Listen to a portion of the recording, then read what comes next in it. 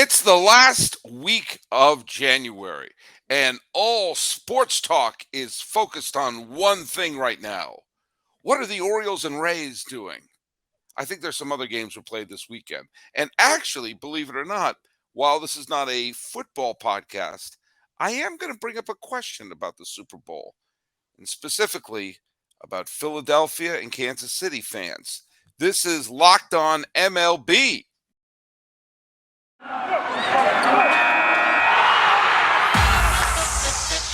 You are Locked On MLB.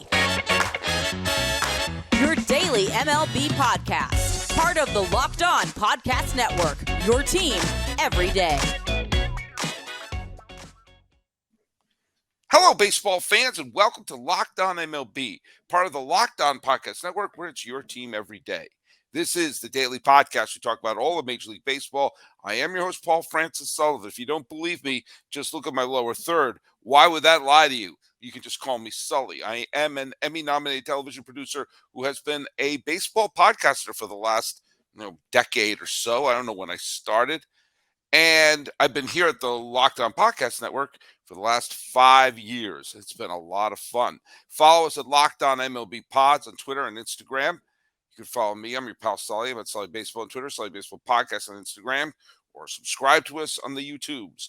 But it is our weekly meetup, mashup, combo. What are we calling it? Crossover with this Bajikaloop right over there. Please introduce yourself, Bajikaloop. Yep, Bodger Galoop here. Millard Thomas, host of Locked On Diamondbacks. Been doing the baseball podcast thing and now since 2020 anniversary probably just passed or is coming up. And you can follow us on everything, of course, on Twitter. Follow my personal account at CreatorThomas24. Follow the show account Locked On Diamondbacks, both Twitter, Instagram. Just type in the little search bar and please hit subscribe on the Locked On Diamondbacks YouTube channel. All right. Well, look at. As I said, as I hinted at the little tease there, I am going to bring up something regarding the Super Bowl, but that'll be towards the end. I do want to say that two moves happened, or actually a couple of moves happened over the last couple of days that kind of went under the wire. Yes, the big news of Carlos Correa signed. Actually, it was big news with what teams he didn't sign with this offseason. Who got Aaron Judge, who got Carlos Rodon, who got Justin Verlander, who got Trey Turner. Big names bouncing all over the place. And there was a lot of frustration amongst Baltimore Oriole fans, including our pal Connor, who hosts Locked On Orioles. And they made an interesting trade. They traded for Cole Irvin. Cole Irvin is a pitcher for the Oakland A's. Cole Irvin wanted more than $9.20 an hour. Therefore, he was traded from the Oakland A's. Cole Irvin is not a Cy Young Award winner at this point, but he is an innings eater. He is a solid pitcher. The Orioles put into their rotation under the wire a pitcher who gives you good starts, gives you a bunch of innings, will fill a spot in that rotation. And it's the exact kind of move that a franchise like the Orioles needs to make. I mean, the main thing the Orioles need to do, in my humble opinion, was make a big splash at one point. I thought they should have been in on Correa. If not Correa, then Xander Bogaerts. If not Xander Bogaerts, then Dansby Swanson or Trey Turner or someone like that. I think they have a need at shortstop. But at this point, I think Ripken could start for this team. But they need to do something to say to their fans, hey, we know we've stunk for a while, and last year out of the blue, we had a winning season and kind of was on the periphery of the wild card for a while. Now they made a move. Again, it wasn't the sexiest of moves, but it's the kind of move that makes you go, okay, they're filling holes, they're filling needs. And a lot of times, the moves that are made that are not the big attention grabbers are the ones that turn out to be really, really big moves by the end of the year. What I like about this move is one of the things that you improve your team, one of the ways you improve your team is you make sure there are as few holes in the rotation as possible. If you're trying to build a bullpen, one way to build your bullpen is to have starting pitchers who don't need to be pulled in the third. So while it wasn't the sexiest move and didn't get the most press, I really am a big fan of this move because it shows that they're saying, okay, what are the places that we could fill in? What are the spots that we can fill in effectively? And if I'm a Baltimore fan, am I looking at this as if, oh my God, this puts us over the top? No, but I am saying it shows that the front office is at least looking into building upon what was a feel good season of 2022. What do you think? Yeah, we know Cole Irvin is not going to come in because we're going to talk about the Cy Young Award race later. He's not going to be on that leaderboard. He's not going to. No. They're not going to bet him to win the Cy Young Award. But what he is and what the Orioles have been doing this offseason is just adding some floor raisers, adding some big time established veterans to that roster. Because you look at their rotation the last couple of years, some of the dudes that were routing out that Baltimore Orioles roster probably shouldn't be in the major leagues. And Cole Irvin is at least an above average major league pitcher. And he wasn't the only type of move that they made this offseason that was like this, because they also added a Kyle Gibson from the Philadelphia Phillies, who are just another one. Both of these guys are going to be like your number 3, number 4, number 5 starters in your rotation. They're not going to go out there and blow people away, but they're established stabilizing forces for a young rotation. When you got the Dean Kramers and the Kyle Brandishes, this is a young rotation, and you just want those guys to be bridge gap players for this next iteration of Baltimore Orioles baseball. And think about what you're also having on there. What that also builds upon. One of the players who's their foundation is Adley Rutschman, their young catcher. So give Adley Rutschman some legitimate major league pitchers throwing to him. I think helps him improve and become an established major league catcher who's who's receiving real major leaguers. It's a point that you and I have made in this podcast a bunch, which is, look at, if you can't put a superstar at every position, at least put a major leaguer there. At least have it be that there's someone, when you say there are people on the roster who should not have been in the major leagues, implies there are people who should be in the major leagues who are out of a job, who should be having said job.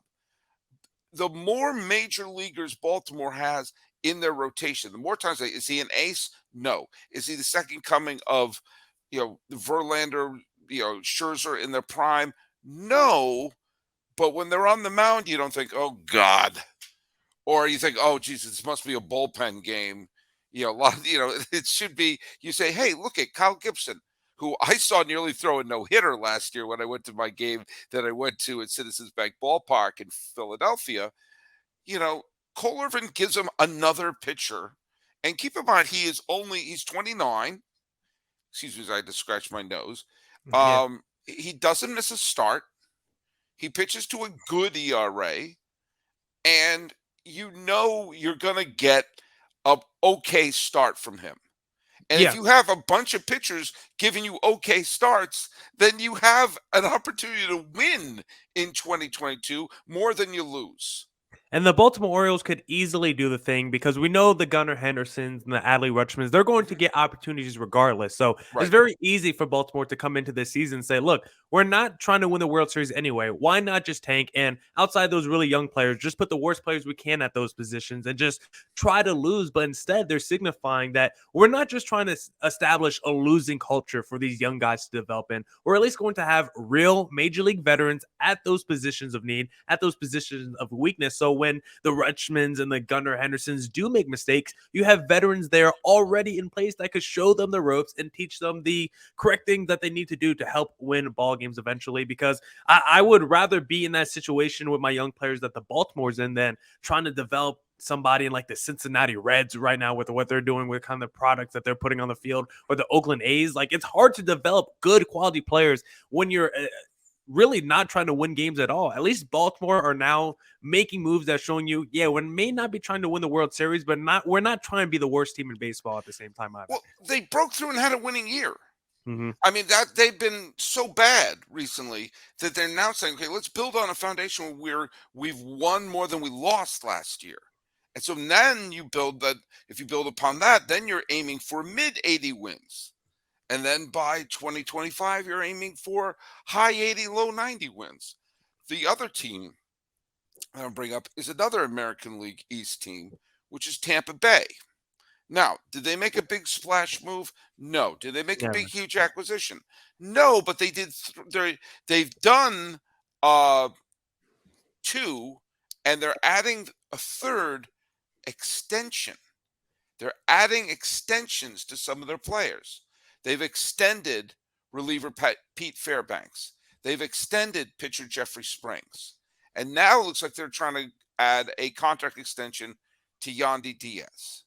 Now, does this do these extensions make them more valuable trade chips? I don't know, but one thing it is doing is they're saying, yes, Tampa, who went to the World Series in 2020, made the playoffs they were the only 100 win team in the American League. They got upset by the Red Sox in 2021. They got decimated with injuries. Their team that they fielded for most of the year was a shell of its former self, and yet still made the playoffs. That they could look at their pretty much, I would say they're closer to the 2021 team that won 100 games than they are the team that stumbled into one of the wild card spots and got nearly completely shut out by Cleveland over 2 games. And if I'm a Tampa fan, and I'm not, but if I'm a Tampa fan, it's encouraging for me to say, hey, at least some of the players are sticking around, that they're going into this year acknowledging that they're probably closer to the World Series team and the 100-win team than to the team last year. Because the team, you looked at the team that was playing against Cleveland those 2 games, virtually none of the players they were expecting to be on that team were there. So if they're saying, hey, last year was a fluke, we're going for it this year, show up to Tampa Bay. And do you know what? And I've said it on the show before, I'll say it again. I love Rays fans. And Rays fans who show up are some of those passionate fans in the world. And the Rays fans who show up, I have a ton of respect for because they never get the credit for showing up. Okay? You're never going to hear me trash Rays fandom. The ones who show up and are told that they don't exist and still love their team, they've got great TV ratings there. They just have the wrong ballpark at the wrong place.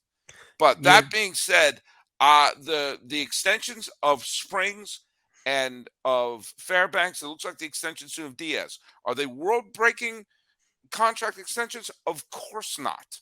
But what they are is a sign that the Rays have an eye and having a better year. I mean, I respect the extensions, but Tampa Bay is just one of those teams where I know they're going to put a good product on the field. They're going to win a whole bunch of regular season games, but the fact that they never go out in the offseason and spend real money, yeah, they might retain their guys, but when you have a bidding war over Zach Eflin to be like your highest paid free agent in like franchise history, you're just probably never going to win a World Series like that. And you could claim small market, you could claim their attendance ratings, but the fact is they never pour in the money into their team that you see most of these other teams do to produce the results of a World Series. Yes, they made an appearance, but it was during that really weird truncated season. Outside of that, I never have any trust in Tampa Bay once they make the postseason. So I would like them to be a little bit more aggressive in the offseason. I think they have a good team. They have a really young rotation led by the McClanahans and the Jeffrey Springs. You got Randy Arozarena in their lineup as well. But you just look at their overall roster, like how many guys are you really scared of? Wander Franco looks like a potential superstar. They were able to get him early on a long-term deal, but I don't really see the blue chippers outside of Wander Franco, maybe a Shane McClanahan, who I'm going to build a foundational core around and build a World Series team. I think the Tampa Bay Rays are a fun regular season story, but I don't take them serious as a playoff team. Well, you're not putting any money on them. That's what it sounds like. Hey, if you were going to put any money on them, is there a new place we're telling people to go to now? Yeah, there's only one place that I would go, Sully, and that is FanDuel Sportsbook, baby. All right. Hey, do you want me to talk about it, or do you want to talk about it? I know you're a passionate guy about your sports betting, Sully. So if you want to I love you. I'm more just excited about FanDuel. You know why? They're the number one sports book in America. And if you're new to FanDuel, that's even better. They have so many great features that make betting on sports fun and easy. Download FanDuel so you can bet on the Super Bowl 57, Kansas City, Philadelphia. Nice late penalty there, Cincinnati. With a no-sweat first bet, you get up to $3,000 back in bonus bets if your first bet doesn't win. Like, for example, if you bet on Cincinnati. FanDuel lets you bet on everything from the money line to point spread to who will score a touchdown. I bet they even have the coin toss. The FanDuel Sportsbook app is safe and secure and super easy to use. And best of all, you get paid your winnings instantly. So join FanDuel today at FanDuel.com/lockedon to claim your no sweat first bet on Super Bowl 57. Am I going to put my money on Philly? Am I going to put my money on KC? I don't know enough about football. Philly looks pretty darn good. Anyway, that's FanDuel.com/lockedon. Make every moment more with FanDuel, the official sports book partner of who? The NFL. I wrote a new song. Wow, we might have our new Whopper jingle, Sully. Hey, we talked a little bit about FanDuel right there. We sold some FanDuel right there. Why don't we take a look at some odds or some of your picks for some of the things going forward for 2023? Yes, because I got some odds pulled up here, Sully, and we'll just go through the top 5. You can tell me how you like the order of the top 5 in terms of betting odds, and then I'll give you my favorite person for each category in terms of value, who I think you should be putting your money on, who I think has a realistic chance, but maybe a little undervalued in this FanDuel. So let's start with the big time award. We're going to start with the NL MVP. You might be surprised, maybe you won't be surprised, but the favorite and kind of the heavy favorite to win the NL MVP. Hold on, let me guess. Can I guess? Can I guess the heavy favorite? Yeah. Let me see if I can guess it. The heavy favorite I'm going to say is probably going to be Manny Machado. That's a fun one, Sully. Manny Machado doesn't even crack the top 5, but he's got a teammate though at number 1. Do you want to guess? Oh, they have Juan Soto? They have Juan Soto at number 1? Juan Soto plus 550 and the big time favorite to win the NL MVP. I guess I think he's got to have a full year in San Diego. Doesn't have he's playing Washington where he's walked left and right. He's acclimated himself to the Padres situation. He's going to have Xander Bogaerts and Manny Machado and probably Fernando Tatis Jr. in that lineup with him. Off he goes. I could see that. I mean, I went with Machado, who, by the way, has never won an MVP. I would put him in there as well. But, hey, what do I know?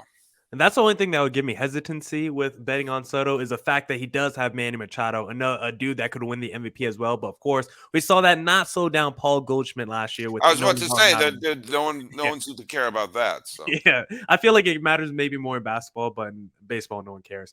Do you want to guess? These next two players are tied for number 2 and number 3 at plus 950, and I just mentioned one of them. Wait a second. I mean, Paul Goldschmidt. Yep, he's tied at number 2 at 950. Number 2, and probably going to be, I'm going to say Mookie Betts. Oh, look at this guy. Sully Baseball. Number 2, number 3, Paul Goldschmidt, the reigning MVP. I guess he's got to have good odds if you're the reigning MVP. Yeah. And then Mookie Betts, I mean, he's probably due. It seems like every other year Mookie Betts puts up an MVP-type season, so maybe he does that this year with the Dodgers. Yeah, good thing the Red Sox have that tax relief though, because they need a break. They need a break. They still got Connor Wong, right? He's still in the organization or something from that deal. Jeter then that number DFA'd. Yeah, Jeter Downs DFA'd is just insane, and they got Verdugo. Number 4. Do you want to try to guess number 4 and number 5? Number 4, number 5. It would Bryce Harper be 4? No, Bryce Harper, because I think he's coming off that Tommy John surgery. Might miss most of the year. He's really low in the odds. Oh, well, then just tell me Ronald Acuna Jr. Look at this guy, Sully Baseball. I swear I'm not looking at it. I'm just trying to think of who would be, that type of player, technically there's a few guys tied around Acuna Jr. because at plus 100, at plus 1,000, you got Acuna Jr. You want Pete Alonso? Is Pete Alonso one of them? Close. He's close. He's at plus 1,400. Okay. Trying to think who else would be there.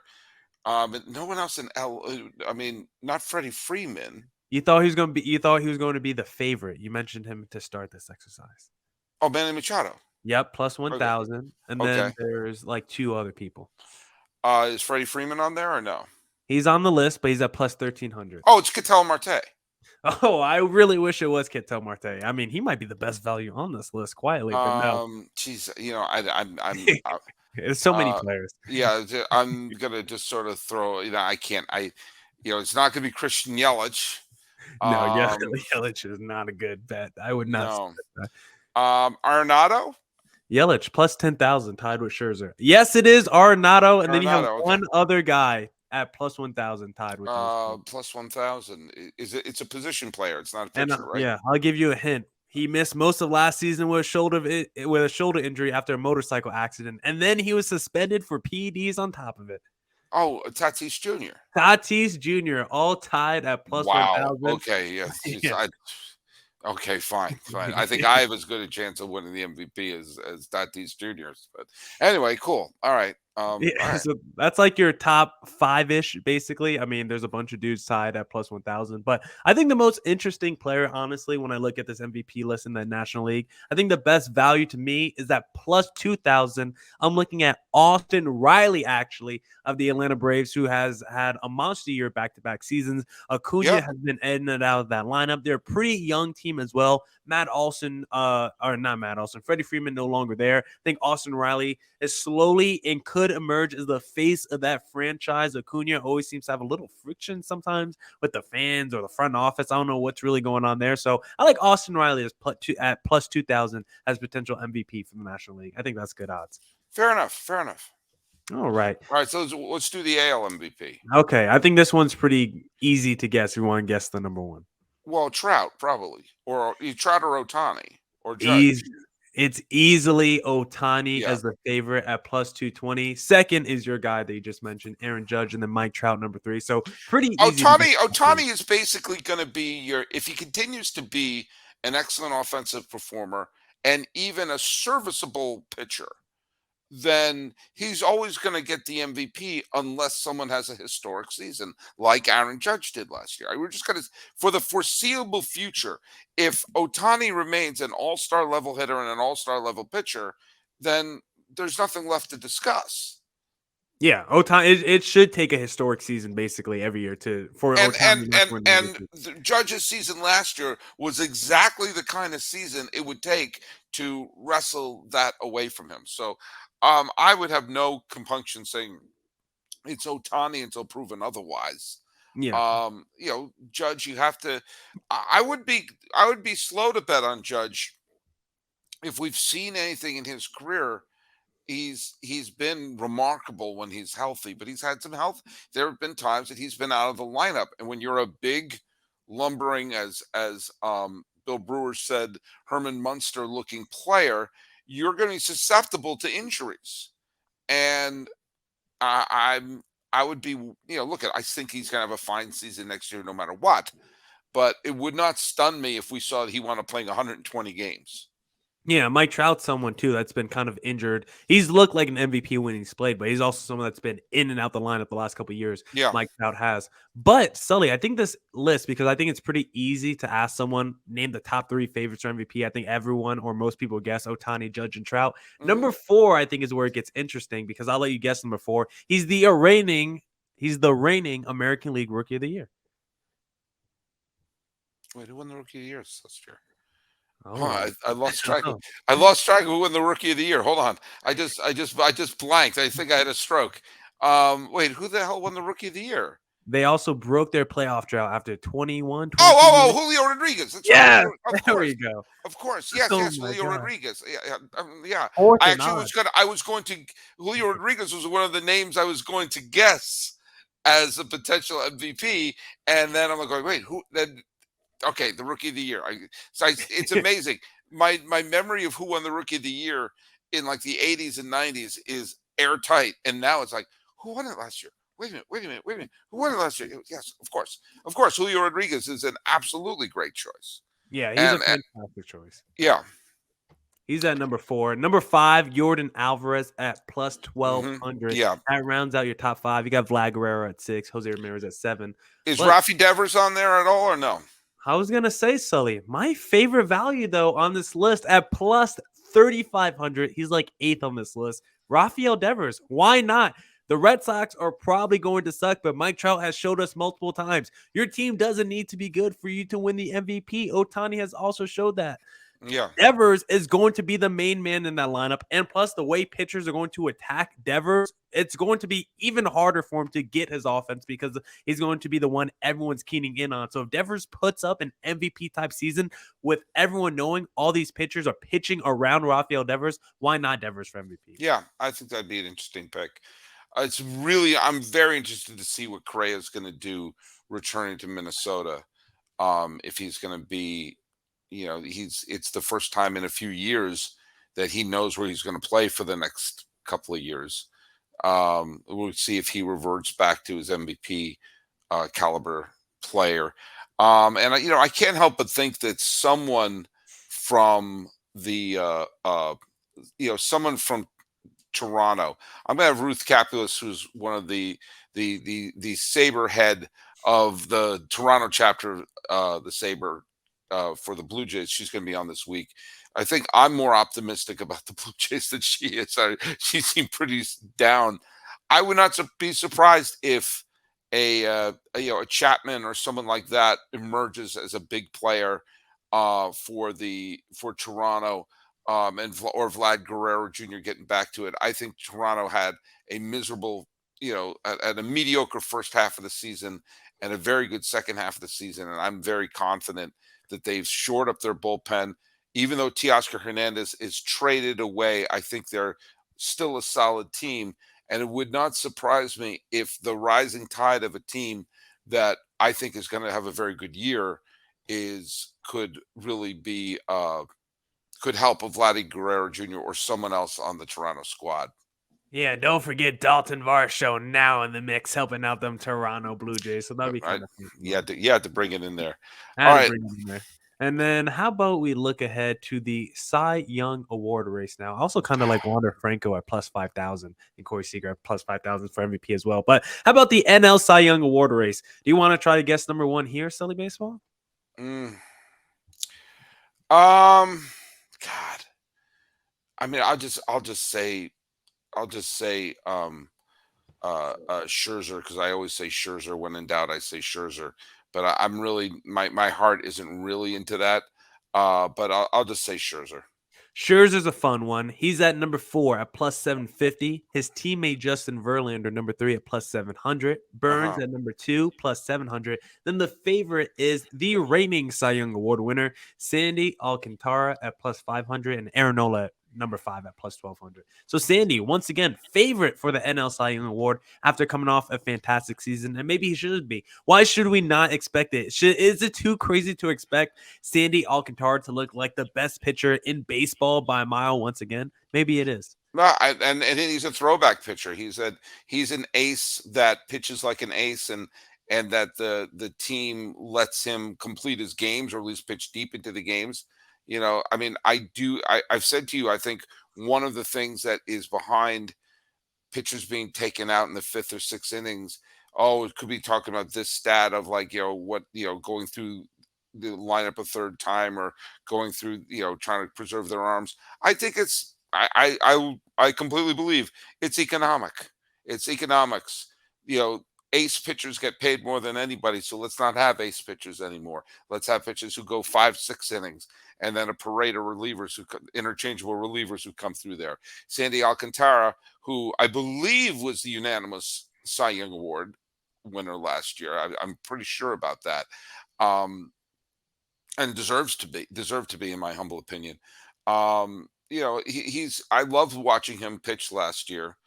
And that's as good a pick as any. I mean, I just have this image of the Mets doing well this year. I'm high on the Mets this year, and Scherzer was I don't think he ranked in because he was injured for too much of last year. I think Scherzer and Verlander have one last. It's like a Clint Eastwood film where they, like Clinton, someone else, like where they have one last score to settle. He and Morgan Freeman in Unforgiven, just one last score. And this Scherzer and Verlander, who each have won titles away, have joined together, and we got to win one more title together. And so I'm for that. I would love Alcantara to pitch well. I think he's a lot of fun. I put two other ones I would put high up there. I would put Max Fried Okay. is up there probably for Atlanta. At Yeah, least he should Freed be. Freed is pretty high. He's at number 6 at plus 1,300. Okay. And you said Corbin Burns is high up there. Yeah, he's number 2. Okay. And I I like Kyle Wright of Atlanta. I He was I gonna would say. Kyle Wright of Atlanta is someone I like. I don't and now I'm gonna go. I'm not just trying to kiss up Uh-oh. to you. I want Uh-oh. to. I Say like his name correctly, though. Say his name correctly. Let's Zach hear Galen. it. Okay, nope. You did it wrong again. Is it Gallon? Yeah, Gallon. You always say Galen. Well, there you go. You I mean, always do it. who the hell follows the Diamondbacks? But all right. But I like him. I put him in. I put him up there. Gallon's cool. He's like number 8 at plus 1,400. I love the Kyle Wright pick because Kyle Wright, if you want to make some serious cheddar with a futures bet, he's plus 5,000 right now. So you Oh, can make, good. Then take that. yeah. I mean, because I think he's going to be a Cy Young contender. From what I saw last year, I thought he was Yeah. terrific. He was looked like a Cy Young contender last year. And Yeah, I think the other pitcher that's tremendous value at plus 4,000 is the Giants guy, Logan Webb. yeah. I Logan also Webb think is he good. has a great chance. Yeah, but Okay. I Hmm. would lean more on Kyle Wright than Logan Webb. No offense, Logan Okay. Webb's a fine pitcher. Okay. But yeah, Okay. right. All right, Sully. Okay. But All right. I love Zach Galen though. Okay. No, we're not even going to respond to that one. American League Cy Young. Let's just move on. Do you want to guess who's number 1 in the AL Cy Young? I'll give you a hint. He has switched conferences or leagues, whatever you want to say. Oh, then I'm going to say Carlos Rodon That's a great guess. Carlos Rodon because he is went number. from the Giants to the Yankees. That's a good one. He's number 3 at plus 1,000, but it's a different guy that moved to New York. Or Oh, no, from New York to Texas, I should say. Jacob DeGrom. Yes, favorite for Really? Cy Young. Yes, Twitter Really? FanDuel plus 600 right now. Really? Yes, you like that? Is he DeGrom? favored to be in a full body cast? Now these are contingent on him pitching at least 30 starts, probably. Which he over how many years? Maybe three, maybe it's a Oh my 3 God! 3 year No, Cy Young no. award. The answer to that's No. no. That's going to be no with a capital no. I think that's a terrible bet. If it That's makes a you feel terrible better, bet. the Yankees got the next 2 at Garrett Cole number 2 and then Yeah, Carlos Rodon number 3. yeah. I would have put Garrett Cole. My pick for Cy Young at this point. And it's not just because I think he was robbed of the World Series MVP, but I think he's going to step into the role of ace. Number 1 pitcher is going to be Framber Valdez. Framber Okay. Valdez, that the world has opened up. There's no more Dallas Keuchels, Garrett Coles, Justin Verlanders, Charlie Mortons, and it's now his rotation to lead. No more Zach Greinke's. It's his rotation to lead, and I think he's ready to lead it. And I think Framber Valdez is going to be the American League Sandy Alcantara because he will be the pitcher who's allowed to go deep in the games. The Dusty Baker will trust him. He is going to be everything. He's going to be an innings eater, everything that you would want he was a 200 innings pitcher last year and had a wonderful season that was only overshadowed by Justin Verlander, who had the lower ERA and one more game, blah, blah, blah, blah. Valdez, I don't know where he is on that list. He's my pick to be the MVP. And if I'm shoving any money in there, that's exactly who I'm picking. I do like Garrett Cole. I think he's in a weird way, he's underrated. I know that a lot of the sticky tacky stuff has gotten him, and the fact he's lost some big playoff games has gotten him. He's pitched well for the Yankees. He's a very good pitcher. Yeah. He may not be the great ace they thought they were getting. He's a very good to excellent pitcher. I like Shane Bieber when he's healthy. And I think he had a good year last year. Alek Manoah, obviously, had a Cy Young worthy season last year. Dylan Cease had a very good year last year. Not sure how much we're going to look at that. There is another name on here, however, and you got to tell me where he fits on here. Okay. Where's Ohtani? I knew it was coming. Ohtani is 6 in this at plus 1,200. Would be something if he wins the Cy Young Award. And last year, lest we forget, last year he pitched very, very well. He had a very low ERA in the 2.3s. He pitched a lot of innings. His stats were good across the board. He made 'cause I have it up here. He, He had 28 starts. he finished fourth in Cy Young votes last Yeah. year. Now imagine if he took one of the people. One That's of the people insane. he was behind is Verlander's in the other league. Another Mhm. was Dylan Cease. There's no way he's going to have that great a season again. All right. And so next up, the one in front of him is Alek Manoah, who I do think is a very good pitcher, and I do think will have a very good year. Um, but if anyone's going to win the Cy Young Award, Toronto's Jose Barrios is going to win it all. Let's run back that take. Yeah, it's actually shocking to see because you always think Otani, the one thing holding him back in this race is the fact that he doesn't make enough starts. But 28 starts He for made Otani 28 last year. starts. That's a lot of starts. So it's like if Yeah. he can hit 29, there's a realistic shot that Otani does have to win the Cy Young Award race. If I'm looking at value, I do like Cease at plus 1,000. I do like Manoah at plus 1,000. But the guy you did mention is probably the best value at this list. Framber Valdez is like tied at 10th at plus 2,000 with the Robbie Rays of the world. Now, Luis Castillo is also plus 2,000. Kevin Gausman is also plus 2,000. But the fact that Valdez and Robbie Ray are both No. plus 2,000, Valdez should be No. miles ahead of Robbie Ray. Valdez is going to have a great year. And by the way, Otani made 29 starts last year. Do you know who's not going to make 29 starts in 2023? DeGrom. Jacob deGrom. That's rough. I don't dislike Jacob deGrom. I like Jacob deGrom. And I have so many of my friends who are huge Met fans who say, oh, when he's healthy, when he's healthy, when he's healthy. He should legally put when he's healthy into his name. Okay, of course, when he's healthy, he's Jacob freaking deGrom with a lowercase d.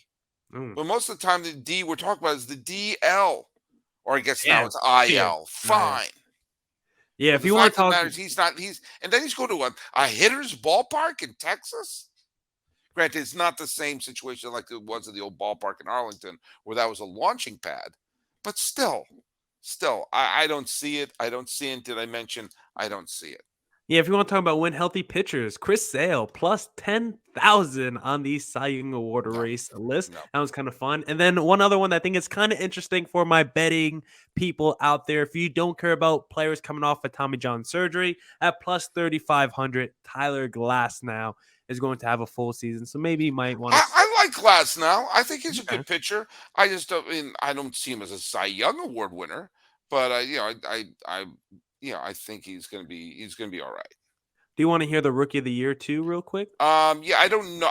Those are always so much harder to pick. We won't guess them. Do you want? Let me make one guess. Can I make one guess? Yeah, just try to guess the favorites. You want to just do that? I'll do that. I'm gonna say what's his name? Hunter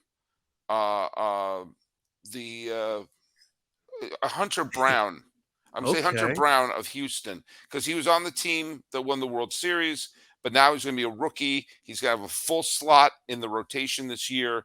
I think he's going to be the rookie of the year. That's my pick for rookie of the year, mainly because I remembered his name. Okay, that's beautiful. He's at number 2 on here. So okay. So I'm not out of my tree. No, you're not. What's his name from? Oh, it's probably what's his name from Baltimore, right? Yes, Gunnar Henderson. Yes. Number Okay. 1. I'm going to stay with my pick. I'm going to stick with my pick. And then number 4 and number 5 is just fun for you because we've got Tristan Cassis of the Red Sox at number 4, and then the new Japanese outfielder that they signed at number 5. So those are kind of fun. Royce Lewis at number 3 to round out the top 5 there. So I don't really have a value play for that one. It's harder for me to predict the American League Rookie of the Year. So whatever value you think is good there, I'll ride with that. I might like Cassis of the Red Sox at plus 1,000. And then do you want to guess the NL Rookie of the Year favorite, Sully, or have a Corbin Carroll of the Arizona Diamondbacks. This is really the part of the show that we wanted to see and get to and waited for, because I just wanted to come up here and talk about how Corbin Carroll is the NL Rookie of the Year, Sully, at plus, and a really fun number, plus 420. Corbin Carroll is the Rookie of the Year. You also have Miguel Vargas at 2, Esquivel Tovar 3, Kodai Senga of the New York Mets at number 4, and then Jordan Walker at number 5 to round out your top 5. Go place your money on Corbin Carroll. He's smashing the Rookie of the Year award. And let me tell you something. I think he's going to win too. I think he's going to do great. That being said, if he doesn't win the Rookie of the Year, I think we should give him something. And I think we should give him a Built Bar. And do Okay. you what, Corbin? If you're looking for a delicious treat, but you don't want all the fat and calories, you got to try a Built Bar. We've gone through this. We're almost at the end of the first month of 2023. Are you sticking with your New Year's resolutions? My New Year's resolution was to stop eating badly. And guess what? Built Bars. Have them, you'll be eating well. Healthy is actually tasty. What makes Built Bar so good? Well, they're covered in 100% real chocolate. That's right, real chocolate. You heard me right. Unbelievable flavors like churro, peanut butter brownie, coconut almond. I'm not sure how Built does it. I've asked. They wouldn't tell me. But these bars taste like a candy bar while maintaining amazing macros. It's even better. They're healthy. 130 calories. I could burn that off recording a podcast. 4 grams of sugar and a whopping 17 grams of protein. Now you don't have to wait to get a box. I used to love getting those boxes in there, but nope. I needed those Built Bars yesterday. Now I can go to your local Walmart, I can go to your local Walmart, so look out for me there, or Sam's Club. And go to Walmart, go to the pharmacy section, grab yourself a box of Built Bars. You pick up a 4-bar box, cookies and cream, double chocolate, coconut puffs. I don't judge. Or you can go to Sam's Club and grab a 13-bar box with our hit flavors, brownie batter, and churro. Thank me later, but mainly thank those Built Bars and sing that song. Built Bars, they're still good. Hey, Millard Thomas, let's wrap up today. Okay. I want to just talk a quick philosophical question. We saw the Cincinnati Bengals wet the bed today and lost to Kansas City. Kansas City is going to play the Eagles of Philadelphia. Eagles. So we have a Super Bowl matchup, Philadelphia and Kansas City, which, by the way, is a rematch of the 1980 World Series, the Phillies and the Royals, which, by the way, that's a historically significant World Series because as of this recording, it is the last time the World Series was played between two franchises who had never won the World Series. And that's the only time it's happened in the last 100 years. Wow. Was two teams that have never won the World Series matching up. And it was a classic World Series between the Phillies and the Royals. Only went 6 games, but there were 6 thrilling games. I bring that up for this reason. Kansas City fans are probably going through the roof. Their team's going to the Super Bowl for the third time in 4 years. Philadelphia fans who saw the Eagles win the Super Bowl a few years ago have their team where they probably have to be favored the way that they just manhandled their first 2 opponents in this postseason. If a team of a region wins a championship, does that take some of the pressure off of the baseball team or the other teams in that region to win right away? And I've been wrestling with this because, I'm a native New Englander. I would give away all the Patriots Super Bowls to see J.D. Drew get a hit off of David Price in the 2008 ALCS. That being said, when I was growing up in Massachusetts, I saw the Celtics win a couple of championships. And that did take a little bit of the edge off of the mule kick to the face that was the 1986 World Series. I know the 2016 World Series was a super gut punch for Cleveland fans everywhere, but it would have been a metaphysical event had LeBron and the Cavaliers not won earlier that summer against the Golden State Warriors. So do you think that a championship in another sport at least takes some of the air out of the balloon or some of the pressure for a baseball team to win right away? No, sir. I'm saying hell nah on this question. If anything, it ratchets it up the pressure because as a D-backs fan, when I see the Suns in the NBA Finals 2 years ago, I'm not sitting here saying, okay, now the D-backs don't have to do anything because the Suns were out there winning games. No, I'm saying the D-backs need to go get a taste of what the Suns just had. You just saw the whole state of Arizona come out and rally the Valley for the Suns. I used to go to Suns games during all those years when they weren't making the postseason. And guess what? Those tickets used to be $5. Those stadiums used to be empty. It was easy to go to a Suns game. Now with the winning, Suns Nation was back. They had one of the most raucous crowds in all of basketball. And it's like, as a D-backs fan, I want to take part of that. I want to know what it feels like to walk into D-backs Stadium, walk into Chase Field, and it be full of Sedona red jerseys. Not when it's full of Dodgers blue, when it's D-backs for Dodgers. I want to see full of Sedona red. And you don't get there without winning. And so I like it when the other teams are doing good, when the Cardinals are in the playoffs and the Suns are in the playoffs, because then you look around the Valley and you update the standings and you're like, wait, those two teams are in the playoffs, but where are the D-backs? Why are they not on the same level? It actually brings more questions to the D-backs franchise, in my opinion, as to why they can't be on the same level as the other teams in the Valley. So if anything, I think it ratchets it up the pressure. And also, just because you're a fan of the Suns doesn't mean you even care about the D-backs. Just because you're a fan of the Cardinals doesn't mean you even care about the sport That's of baseball. true. So there might not be any correlation for fans in general. I mean, I grew up a Red Sox, Lakers, Saints fan, so I like teams from Wait, all you across like the Red Sox and the Lakers?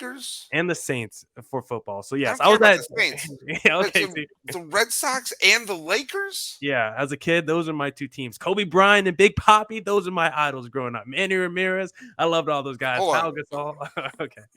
All right, hold on a second. And I grew up in Jersey. Yeah. I lost my equilibrium there for a second. I thought I was gonna. All right, I need to get some smelling salts. I was not expecting that combination to come out of anyone's mouth at any Yep. point. All right, well, you know what? I get it. I get it. I do get if you're a tortured fan base, the way that Seattle was all those years. Of finally, you got at least something.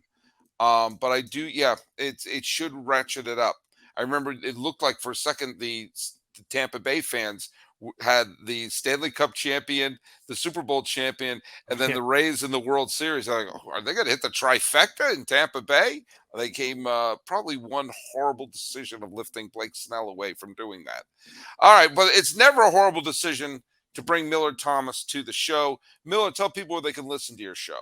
Yeah, follow me on Twitter at CareerThomas24 for the show account. Look up Locked On Diamondbacks, both Twitter and Instagram. We're on YouTube, of course, as well. So please hit subscribe on the Locked On Diamondbacks YouTube channel, and we're on all your podcasting platforms. And you can follow us at Locked On MLB Pods on Twitter and on Instagram. And you can follow me on my personal account, Sully Baseball on Twitter, Sully Baseball Podcast on Instagram. Thanks for making Locked On MLB your first listen every day. Obviously, make Locked On Diamondbacks your second listen. Then check out Locked On MLB Prospects, where host Lindsey Crosby. He's a prospect encyclopedia and going deep on the MLB stars of tomorrow. It's free and available wherever you get your podcast. I'm still reeling from your Red Sox and Lakers thing. Talking about philosophy, winners making picks, and wondering if the Orioles and Rays are really going to go for it. This has been Locked On MLB for the 30th day of January 2023. That's Millard Thomas. I'm your pal Sully. Let's fist pump for the week.